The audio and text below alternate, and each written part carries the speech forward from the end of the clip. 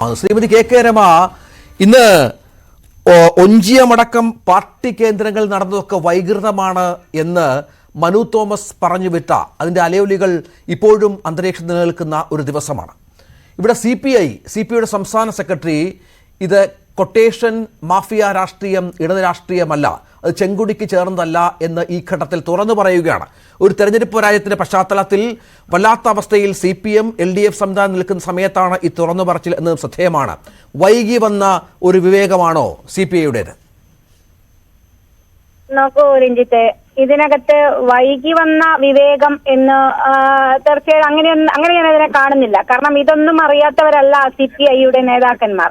ഇതിനകത്ത് നിരവധി കാലമായി ഞങ്ങളെ പോലുള്ള ആളുകൾ പറഞ്ഞുകൊണ്ടിരിക്കുന്ന ഇവരുടെ ഈ കൊട്ടേഷൻ ക്രിമിനൽ പ്രവർത്തനങ്ങൾ, പാർട്ടിയിലെ ചില നേതൃത്വം ഇത്തരം സംഘങ്ങളുടെ പിടിയിലാണെന്നും അതാണ് പാർട്ടി പ്രവർത്തനം എന്നും പറഞ്ഞ് നടക്കുന്നത് വർഷങ്ങളായി തുടങ്ങിയതാണ്. അത് ഇന്നും ഇന്നലെയും തുടങ്ങിയ ഒരു കാര്യമൊന്നുമല്ല. ഇപ്പൊ പുതിയ വെളിപ്പെടുത്തലുകൾ വന്നുകൊണ്ടിരിക്കുമ്പോഴാണ് ഈ പുറം ലോകം ഇതറിയുന്നത് എന്നുള്ളത് മാത്രമേ ഉള്ളൂ. അതിനകത്തുള്ള വലിയ തോതിലുള്ള ആഭ്യന്തര അല്പവിമർശനമാണോ, അതിനകത്തുള്ള വിമർശനങ്ങളാണോ, പാർട്ടിക്കകത്തുള്ള വിമർശനങ്ങളൊക്കെ ഞങ്ങളെ പോലുള്ള ആളുകൾ പാർട്ടി വിട്ടു വന്നിട്ട് 14 വർഷമായി. ചന്ദ്രശേഖരൻ പണ്ട് പറഞ്ഞത് ഇതായിരുന്നു.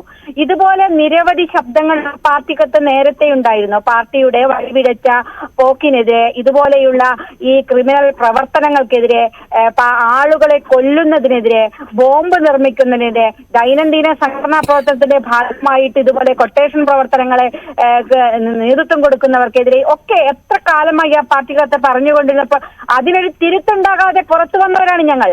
ഒരു തിരുത്തുണ്ടാകാൻ നിശബ്ദരായിരിക്കുന്ന ആയിരക്കണക്കിന് കമ്മ്യൂണിസ്റ്റുകാർ ഈ നാട്ടിലുണ്ട്. നമ്മൾ അറിയണം, എത്ര മനുഷ്യർ ഇതിന്റെ നേതൃത്വത്തിൽ ഇരുന്ന ആളുകൾ പോലും നിശബ്ദരായിരിക്കുന്നുണ്ട് എന്നറിയാമോ? കാരണം അവർക്ക് പറയാൻ കഴിയില്ല. ഒരുപക്ഷെ ഇതുപോലെ ഇന്ന് കുറച്ചു അന്ന് പറഞ്ഞു കഴിഞ്ഞാൽ അവര് പിന്നീട് ജീവിച്ചിരിക്കില്ല. അവരെ നാവർക്കും. ചന്ദ്രശേഖരനെ വെട്ടിച്ചിതറിയത് അതിന്റെ ഭാഗമായിട്ടാണോ? അതിനുശേഷം കാലം ഇത്രയും വർഷം കഴിഞ്ഞപ്പോ ആളുകൾക്ക് കുറച്ചുകൂടി തുറന്നു പറയാൻ ഒരു വേദികൾ ഉണ്ടാകുന്ന എന്നുള്ളത് ഞാൻ ഇതിനെ കാണുന്നുള്ളൂ. അപ്പൊ മനു തോമസുമാരെ ഉയർന്നു വരികയാണ്. മനു അതിനകത്തെ പാർട്ടിയുടെ ജില്ലാ കമ്മിറ്റി മെമ്പറായിരുന്നു. അതിനകത്തുള്ള കാര്യങ്ങൾ കണ്ട് മടുത്ത് പറയാതിരിക്കാൻ പറ്റില്ല എന്നിടത്തേക്ക് തുറന്നു പറയേണ്ടി വരുന്നു.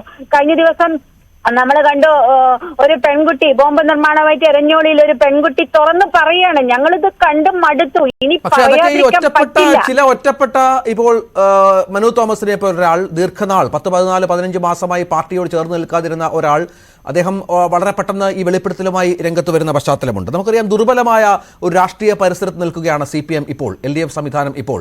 ഈ ഇത്ര അധികം പ്രശ്നങ്ങൾ ഉണ്ടായിട്ടും ഈ തുറന്നു പറയുന്ന ആളുകളുടെ എണ്ണം വളരെ കുറവല്ലേ ശ്രീ കെ രമ? അതല്ലേ ഒരു പ്രധാന പ്രശ്നം. അത് ഈ നേതാക്കൾ പോലും ഈ വിഷയത്തിൽ കൃത്യമായ നിലപാടെടുക്കാൻ തയ്യാറാകുന്നില്ല. പലവിധ ആരോപണങ്ങൾ വന്നിട്ട് മറുപടി പറയാൻ തയ്യാറാകുന്നില്ല. അപ്പോൾ ജനമനസ്സുകളിൽ വീണ്ടും സംശയങ്ങൾ ജനിപ്പിക്കുന്നു, ഒറ്റപ്പെടുന്ന സാഹചര്യങ്ങൾ ഉണ്ടാകുന്നു, പാർട്ടി സംവിധാനങ്ങൾ പുറകോട്ട് പോകുന്നൊന്നും ഈ ദുർബല രാഷ്ട്രീയ പരിസരത്ത് നിന്നിട്ട് പോലും അവർ ഇതിന് കൃത്യമായൊരു ജനങ്ങൾക്ക് ബോധ്യപ്പെടുന്ന തരത്തിലുള്ളൊരു മറുപടിയിലേക്ക് കാര്യങ്ങൾ എത്തുന്നില്ലല്ലോ.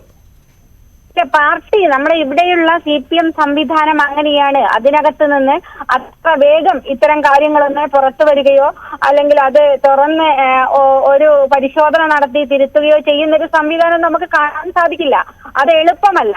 ഞാൻ പറഞ്ഞ CPIയിലെ അതിനകത്ത് നേരത്തെ പല ആളുകളും, ഒരുപക്ഷെ വെളിയം ഭാർഗവനൊക്കെ ഉണ്ടായിരുന്ന സമയത്ത് ഉണ്ടായിരുന്നൊരു പാർട്ടിയുണ്ട്. അത് നല്ല തിരുത്തൽ ശക്തിയായിരുന്നു. അതിനകത്തും CPIയിലായാൽ പോലും ആ പാർട്ടി ഇടതുപക്ഷ മുന്നണിയിൽ ഉണ്ടാകുന്ന പ്രശ്നങ്ങളെ അതിശക്തമായി പറയാനും തിരുത്താനും സാധിച്ചിരുന്നു. അതിനുശേഷം ഉണ്ടാകുന്ന നേതൃത്വങ്ങളൊക്കെ ഇതിനോടൊക്കെ സന്ധി ചെയ്യുകയാണ്. പലതിനെയും സന്ധി ചെയ്യുകയും കണ്ടിട്ടും കാണാതെ നടിക്കുകയും ചെയ്യുന്നു. ഇതൊക്കെയാണ് പാർട്ടി എന്ന് നിലയ്ക്ക്. ഓരോരുത്തർക്കും അധികാരം നിലനിർത്തുക, അധികാരം കിട്ടുക, ആ അധികാരത്തിന് വേണ്ടിയിട്ട് എല്ലാത്തിനെയും കോംപ്രമൈസുകൾ. അവിടെ ആദർശങ്ങളില്ല, അവിടെ രാഷ്ട്രീയമില്ല, അവിടെ പ്രത്യയശാസ്ത്രങ്ങളില്ല, ഒന്നും കാണാൻ സാധിക്കില്ല. അപ്പൊ അതിനകത്ത് ഇതിനൊക്കെ പൊരുത്തപ്പെട്ടു പോകുന്നതാണ് നമ്മൾ കാണുന്നത്. ഇപ്പം ബഹുമാനപ്പെട്ട വിനോദ് വിശ്വം ഇപ്പം പറഞ്ഞു, തീർച്ചയായിട്ടും CPI ഒക്കെ ചിന്തിച്ച് പുറത്തു വരേണ്ട സമയം കഴിഞ്ഞിരിക്കുന്നു. ഇത്തരത്തിലൊരു സംവിധാനങ്ങളുടെ എങ്ങനെയാണ് യോജിച്ചു പോവുക? ഇതിനകത്ത് നിന്ന് ഈ പറയുന്നതിൽ എന്തർത്ഥമുണ്ട് എന്നുള്ളതും മറ്റൊരു ചോദ്യമാണ്. പാർട്ടി CPI എന്ന് പറയുന്നത് CPM അല്ല. അങ്ങനെ ഒരു ധാരണയുണ്ട് എല്ലാവർക്കും. ഇടതുപക്ഷം എന്ന് പറഞ്ഞാൽ CPM ആണ്. CPM മാത്രമേ ഇടതുപക്ഷം. അങ്ങനെയല്ല, ഒരുപാട് ഇടതുപക്ഷത്തിന്റെ ആളുകൾ പുറത്തുണ്ട്. CPM അതല്ലാതായി മാറിക്കൊണ്ടിരിക്കുന്ന തീവ്ര വലതുപക്ഷം എന്ന് പറയാൻ പറ്റുന്നത് എല്ലാവരും ഞാൻ പറയുന്നില്ല. CPM-ന്റെ ഒരു വിഭാഗം നേതൃത്വം. പക്ഷെ ആ വിഭാഗത്തിന്റെ കയ്യിലാണ് പാർട്ടി എന്നുള്ളത് കൊണ്ട് അതിനെ മറികടക്കുക എളുപ്പമല്ല. പക്ഷെ ഇപ്പൊ എനിക്ക് തോന്നുന്നു ഇത് കുറച്ചുകൂടി ഇത് എന്താ പറയാ, കലഹങ്ങൾ ഉണ്ടായാലേ ചീഞ്ഞ് നാറുക എന്ന് പറയില്ലേ, ആ ഇടത്തേക്ക് അത് എത്തിക്കൊണ്ടിരിക്കുന്നുണ്ട്.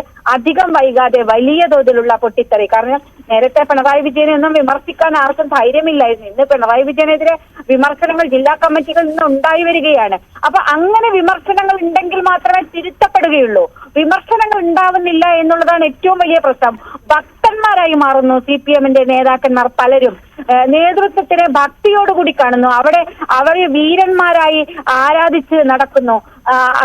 സൂര്യനെ പോലെ ഉപമിക്കുന്നൊക്കെ നമ്മൾ കാണുകയല്ലേ, മുമ്പൊക്കെ കേട്ടിട്ടുണ്ടോ? കമ്മ്യൂണിസ്റ്റ് പാർട്ടിയിൽ ഇങ്ങനെ ഏതെങ്കിലും ഉപമ നമ്മൾ കേട്ടിട്ടുണ്ടോ?